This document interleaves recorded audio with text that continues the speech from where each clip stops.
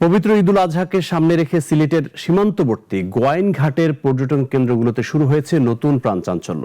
কয়েক সপ্তাহের পর্যটক খরা কাটিয়ে এবার ঈদে ঘুরে দাঁড়ানোর স্বপ্ন দেখছেন স্থানীয় ব্যবসায়ীরা। মিনহাজ মির্জার রিপোর্ট, জানাচ্ছেন শম্পা আক্তার। প্রকৃতির অপরূপ সৌন্দর্যে ঘেরা সিলেটের গোয়াইনঘাট, পাহাড়, নদী, ঝর্ণা আর পাথরের মায়াবী রূপে বছর জুড়েই মুখর থাকে এখানকার পর্যটন কেন্দ্রগুলো। প্রতি বছরের মতো এবছরও ঈদুল আজহায় স্কাউট, রোভার স্কাউট এবং রেড ক্রিসেন্ট মিলে স্বেচ্ছাসেবক হিসেবে প্রকৃতিকণা জাফলংয়ে ডিউটি করব। এবারে ঈদে আরো অনেক জাঁকজমক আছে। তবে কয়েক সপ্তাহে ভিন্ন চিত্র দেখা গেছে জাফলং সহ বিভিন্ন পর্যটন স্পটে। পর্যটকের খরায় নিস্তব্ধ হয়ে পড়ে পুরো পর্যটন শিল্প। এতে প্রত্যাশিত পর্যটক না আসায় ক্ষতির মুখে পড়েন স্থানীয় ব্যবসায়ীরা। গোয়াইনঘাট থানা পুলিশ কর্তৃক আমরা বিভিন্নভাবে তাদেরকে নিরাপত্তা নিশ্চিত করব। সাদা পোশাকে আমাদের ডিউটি থাকবে, পোশাকধারী ডিউটি থাকবে।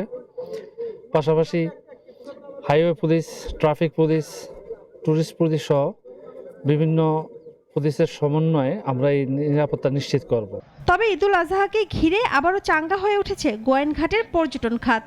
ঈদ উপলক্ষে আমাদের যে পর্যটক আসবে, এই পর্যটককে আমরা যে বাজার সংগঠন থেকে অনেক আমরা নিরাপত্তা দিব।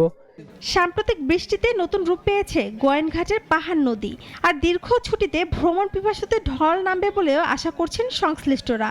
পর্যটকদের স্বাগত জানানোর জন্য আমরা প্রস্তুত আছি। আশা করছি পর্যটক যারা আছেন তারা নির্বিঘ্নে গোয়াইনঘাটের প্রতিটি পর্যটন কেন্দ্র, বিশেষ করে জাফলং, রাতারগুল, বিছানাকান্দি বা আরও যেগুলো ঝর্ণা আছে সেখানে তারা ভ্রমণ করতে পারবেন। আমরা সকলকে স্বাগত জানাচ্ছি। ঈদে আগত পর্যটকদের নিরাপত্তায় নেওয়া হয়েছে বাড়তি ব্যবস্থা। শম্পা আক্তার, নাগরিক।